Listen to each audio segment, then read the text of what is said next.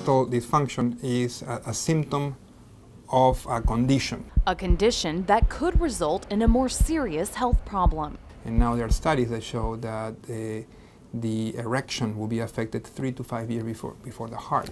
Many patients who suffer from erectile dysfunction have already had a heart attack. In most cases, the patients have diabetes, are overweight, have high blood pressure, or they smoke. So everything that affects the blood vessels will affect the erection. So diabetes, hypertension, cholesterol, medications, smoking, alcohol, all those issues will affect how the blood, any blood vessel in the body, and because the blood vessels in the penis are usually the terminal and smaller, they affect earlier. But he says the biggest obstacle is getting patients to address the problem. These should be talked about and not just saying it's a part of aging and just settle for this. It should be explored because this could be the initial symptom for something more complicated. If something like hypertension, cholesterol, or diabetes is causing the blocked blood vessels, it could later cause blockages in other arteries. And we need to see, okay, what is your cholesterol? What is your blood pressure? How is your sugars being controlled? And a lot of times we uncover that these are not